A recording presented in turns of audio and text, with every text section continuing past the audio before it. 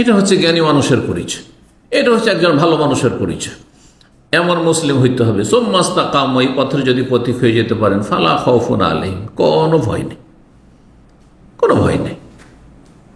ওয়ালা হুম ইয়াহজানুন, আর কোনো দুশ্চিন্তাও নেই, না ভয় না চিন্তা।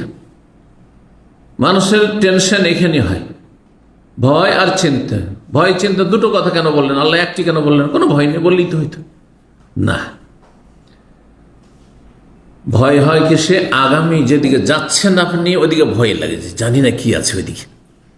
আর অতীতে আপনি কিছু করেছেন হয়তো, সেই জন্য চোরের মন পুলিশ পুলিশ, তখন আপনার দুশ্চিন্তা লেগে আছে, বুঝতে পারছেন না? তো কোনো চিন্তা নেই যদি আপনি তৌহিদ প্রতিষ্ঠাকারী হয়ে যান আর দিনের ওপর আপনি অবিচল থাকেন, কোনো ভয় নেই, কোনো চিন্তা নেই। এই দুটোই তো হচ্ছে বৈশিষ্ট্য, চরিত্র আল্লাহর ওলিদের। সূরা ইউনূস আল্লাহ বলছেন, আলা ইন্না আউলিয়া আল্লাহ লা খাউফুন আলাইহিম ওয়া লা হুম ইয়াহজানুন আল্লাযীনা আমানু ওয়া কানু ইয়াত্তাকুন। শুনে রাখো, ইন্না আউলিয়া আল্লাহ, আল্লাহ যার ওলি, জি, যদি আপনার আমার মধ্যে এই বৈশিষ্ট্য থাকে, কি, যে আল্লাহকে আপনি একমাত্র রব মানছেন, মাবুদ মানছেন, আর আল্লাহর সাথে কাউকে শরীক করেন না, শিরক মুক্ত আপনি, আর ফরজ ওয়াজিব আদায় করছেন, হারাম নাজায়েজ থেকে বেঁচে থাকছেন, তাহলে আপনি আল্লাহর ওলি। এই আয়াত প্রমাণ করে। এক আয়াতকে আর এক আয়াতের সাথে মিলিত করলে, একসাথে দুটোর সমন্বয় করলে কি বলছেন? নিশ্চয়ই আল্লাহর ওলি যারা, লা খাউফুন আলাইহিম, তাদের কোনো ভয় নেই, ওয়া লা হুম ইয়াহজানুন, তাদের কোনো চিন্তা নেই। একই ভাষা, কোনো পার্থক্য আছে? তার যারাই আল্লাহর ওলি, তারাই আল্লাহকে রব, তৌহিদ প্রতিষ্ঠাকারী, তারাই রব হিসাবে, মাবুদ হিসাবে মেনে নেয়, আর তারাই দিনের পথে অবিচল থাকে। তার ফরজ ওয়াজিবে ঘাটতি নেই। এই নয় যে ফজরে যায় না, এই নয় যে নামাজ ঠিকভাবে পড়েন না, ওয়াক্ত পার করে দেয়, মাঝে মাঝে পুরা পড়ে, মাঝে মাঝে অসম্পূর্ণ। এই নয় যে বিভিন্ন ক্ষেত্রে হারামে লিপ্ত হয়, হারাম আচার আচরণ করে, হারাম দেখে, হারাম শুনে, হারাম রোজগার করে, এমন নাই। এরা হচ্ছে আল্লাহর ওলি। জি, এটা হচ্ছে আল্লাহর বেলায়াত। আল্লাহর ওলি হিসাবে আল্লাহর কাছে মঞ্জুর করে নেওয়ার হচ্ছে পথ। আল্লাহ খাউফুন আলাইহিম ওয়া লা হুম ইয়াহজানুন, আল্লাহর ওলি হইতে পারলে কোনো চিন্তা নেই, কোনো ভয় নেই। তারা কারা? আল্লাযীনা আমানু, যারা ঈমানদার এবং তাকওয়া অর্জনকারী। ঈমান, তৌহিদ ছাড়া ঈমান হয় না, তৌহিদ ভিত্তিক ঈমান। আর তাকওয়া ফরজ ওয়াজিব ছাড়া হয় না, আর হারাম নাজায়েজ থেকে বেঁচে থাকা ছাড়া হয় না। আল্লাযীনা আমানু ওয়া কানু ইয়াত্তাকুন লাহুমুল বুশরা ফিল হায়াতিদ দুনিয়া, দুনিয়াতেও তাদের জন্য সুসংবাদ রয়েছে। দুনিয়াতে আল্লাহ এক অসহায় ছেড়ে দেবেন না। বালা মুসিবত আসতে পারে মুসলিম জীবনে, কিন্তু একেবারে অসহায় ছেড়ে দেবেন না। যদি কখন বিপদের সম্মুখীন হন আর মারাই গেলেন, তো সবচেয়ে বড় মর্যাদা পেলেন আপনি, আম্বিয়া রাসূলগণের পরে শাহাদাতের মর্যাদা পেলেন। ফাসেক, কাফের, মুশরিক, নাস্তিক, ওই মাজার পূজারী কখনো শাহাদাতের দরজা পাবে না, মর্যাদা পাবে না। আপনি শাহাদাতের মর্যাদা হাসিল করবেন, লস কোথাও নেই আপনার, একদিন তো মরতেই হবে। শাহাদাতের মরণ পেলেন আপনি আল্লাহর কাছে। তাদের জন্য দুনিয়ায় সুসংবাদ রয়েছে। সুসংবাদের একটি হচ্ছে ভালো স্বপ্ন।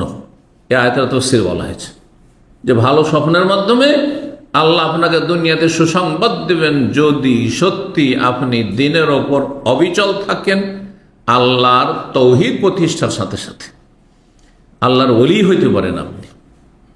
আল্লাহর ওলি মানে সুফি নয়, তাদের তো তৌহিদই ঠিক নেই, তাদের সুন্নাহ ঠিক নেই, এখানেই তো শেষ।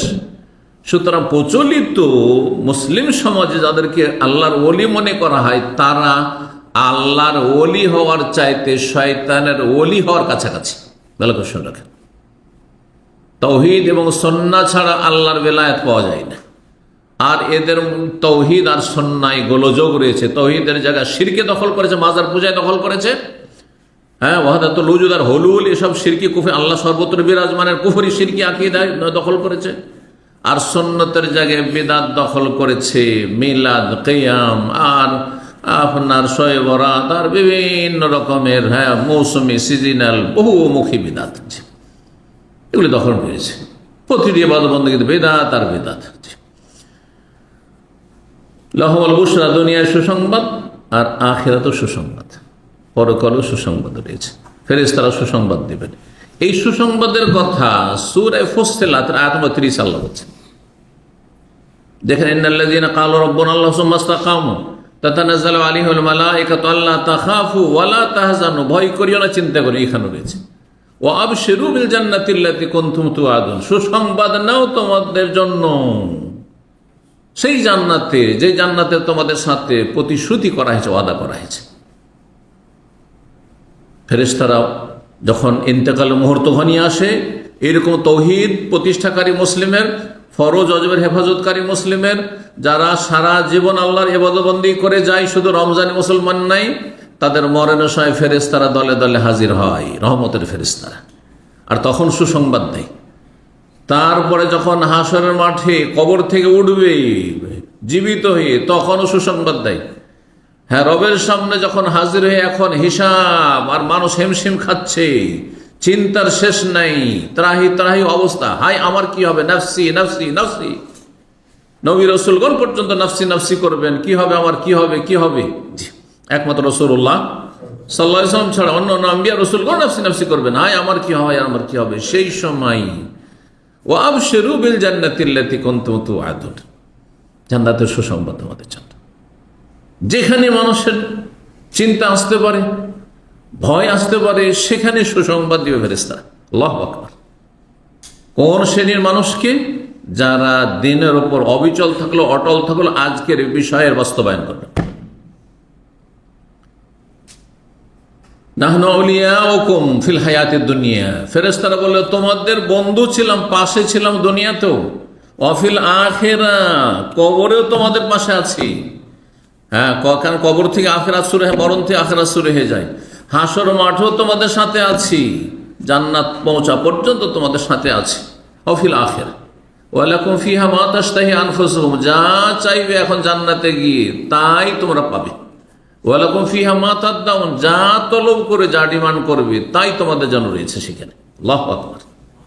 এই সুসংবাদ ওইসব ভাই বোনদের জন্য যারা আল্লাহর তৌহিদ প্রতিষ্ঠা করলো, শিরক থেকে মুক্ত থাকলো, কুফরি থেকে মুক্ত থাকলো, ঈমান ভঙ্গকারী বিষয়গুলি থেকে মুক্ত থাকলো, আর ফরজ ওয়াজিবের হেফাজত করলো, সুন্নত নফল যথাযথ চেষ্টা করলো, আর হারাম নাজায়েজ থেকে পুরোপুরি বেঁচে থাকলো, তাদের জন্য এইসব সুসংবাদ রয়েছে। এই আয়াতগুলি আপনাদেরকে শুনাইলাম। সুতরাং দিনের ওপর অটল যদি কেউ থাকতে পারেন, তো তার সৌভাগ্য, বলুন আলহামদুলিল্লাহ। আল্লাহ যেন তৌফিক দান করেন, আরও যেন ঈমানকে শক্তিশালী করে দেন। আর যদি এর ভিন্ন কোনো অবস্থানে আপনি থাকেন, তো এখনো আত্মপর্যালোচনা করে নিজের হিসাব করেন, আর এখন ফিরে আসার সময় আছে। আল্লাহ যেন ফিরে আসার তৌফিক দান করেন। এমন কাজ করবেন না যেমন সূরা নাহলে আল্লাহ রাব্বুল আলামিন ওইরকম বোকা এক মহিলা, হ্যাঁ, বোকা মহিলার ক্ষেত্রে বলছেন, ওয়ালা তাকুনু কাল্লাতী নাকাযাত গাজলাহা মিন বাদি কুওয়াতিন আনকাসা। আগের যুগে মহিলারা সুতা কি করতো, পাকাতো বা রেডি করতো, কিসের জন্য? কাপড় বোনাবার জন্য। যাতে এই সুতাটা তৈরি রেডি করতো, প্রস্তুত করো, সেটার নাম হচ্ছে চরখা। হ্যাঁ, চরখা। এখান থেকে একটা প্রবাদ আছে, নিজের চরখায় তেল দেওয়ার কথা রয়েছে। কারণ চরখায় তেল না দিলে চরখা ঠিক চলবে না। এই চরখা সুতা কাটার জন্য তাঁতিরা এই ভাষাগুলি বুঝে, তাঁতিরা এই ভাষাগুলি বুঝে।